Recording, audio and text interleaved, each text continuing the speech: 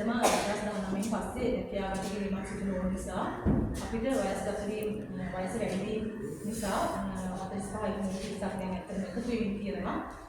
ඉතින් ඇත්තටම වයස් සීමාව ඉක්මවීමට ප්‍රධානම හේතු සාධකය වුණේ 2012 අධ්‍යයන වර්ෂවල බදවා ගැනීම ධම්ම ප්‍රමාද වීම සිදු වුණා. විභාග පැවැත්වීම, ප්‍රතිඵල ප්‍රමාද වීම, අනධ්‍යයන වැඩ වර්ජන මේ වගේ අසාධාරණකම් විශ්වවිද්‍යාල අභ්‍යන්තරයේ සිදුවන අසාධාරණකම් නිසා අපේ උපාධිය ලබා ගැනීමට ඒ කාලවකවානුව දීර්ඝ වුණා.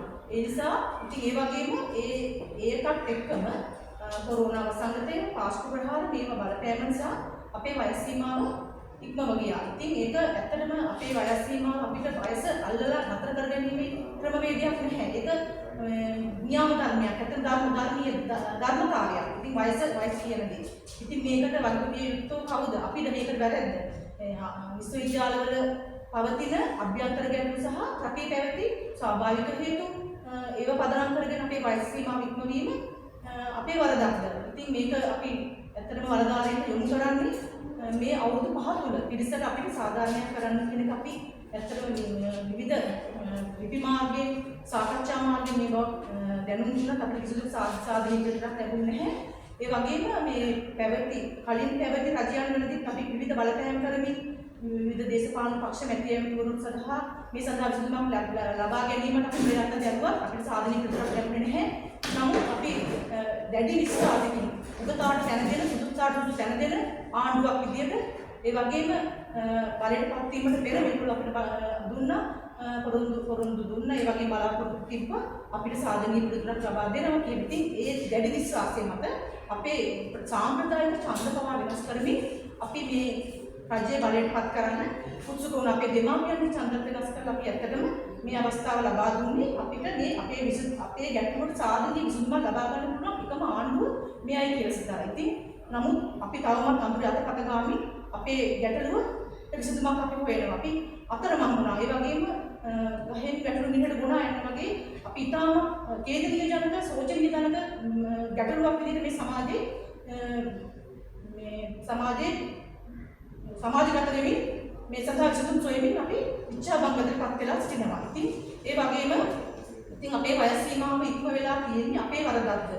මේක ස්වාභාවික හේතු විශාල හේතු සාධක පදනම් කරගෙන වයස් සීමාව ඉක්මවූ පිරිසට රැකියාව දෙන්නේ නැත කියන කප්පාදුව රජයේ විසින් දැන් අරගෙන තියෙනවා. ඉතින් ඒකට ඒ වගේ විසඳුමක් අපිට දෙන්න එපා. අපේ මේ අසාධාරණ ලක් වෙච්ච පිරිසක් සාධාරණ හේතු මත මේව පදනම් කරගෙන වෙච්ච නිසා අපි කලින් රජයන් වලින් ඇත්තටම වසර ගණනාවක් රැකියාගත කිරීමක් සිදු නොවුනහම විශේෂ කැබිනට් පත්‍රිකා හරහා ඒ රැකියාව ලබා දීම සිදු වෙලා තියෙනවා.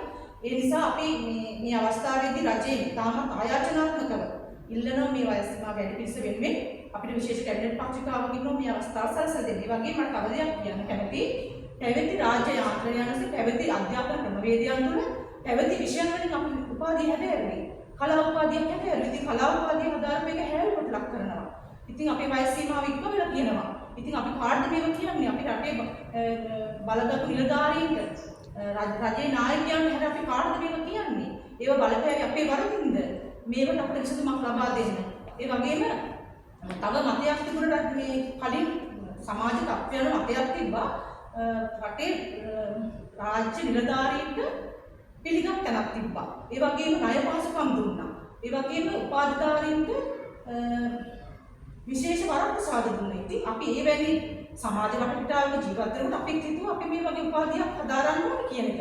ඉතින් ඒක ඒ සමාජ වටපිටාවන් එක්ක ඒ තිබුණු ප්‍රතිපත්තියක තමයි අපි උපාධියක් හැදෑරුවේ. දැන් ඒවට විවිධ උපක්‍රමශීලීව මේ දේවල් කරන්නේ ඕගොල්ලෝ කලා උපාධියක් හැදෑරුවේ මේව හැල්ලුවට ලක් කරමින් මේවට පලා යන්න උත්සාහ දරනවා. ඉතින් ඇත්තටම ඒවා නොවිසඳුණු තැන් විසඳන්නේ නැතුව අපෙන් විතරක් මේ ගැටලුව විසඳුම් සොයවීම යුක්ති සහගතද? ඇත්තටම බලධාරීන් මේ ගැන අවධානය යොමු කළ යුතුයි නේද? කාටද මේක කියන්නේ? අපේ රටේ පුරවැසියෝ අපේ මානව අයිතිවාසිකම් නැද්ද? ඉතින් මේ සඳහා සාධනීය පිළිතුරක් අපට ලබා දෙන්න. ඒ වගේම විභාග ක්‍රමයට අපි සූදානම් වයස් සීමාව ඉක්ම වෙලා ගිහිල්ලා අපිට රැකියාව ගත කිරීමකට විභාග සූදානම්. නමුත් මේ වෙනකම් පැවති කිසිම විභාගයකින් අපේ කිසිදු රැකියාවට උපාධාරී විභාග ලියලත් නැහැ. රැකියාව ගත කිරීමක් සිදු වෙලත් නැහැ. ඒ වගේම 2019 ඉඳන් හැම පැවිදි රජයම 2019 දක්වාම රැකියාව උපාධාරීන් වටිනාකමක් දුන්නා. උපාධාරිය කියන්නේ රටේ අනාගතයේ බාර ගන්න ඉන්න පිරිසක්.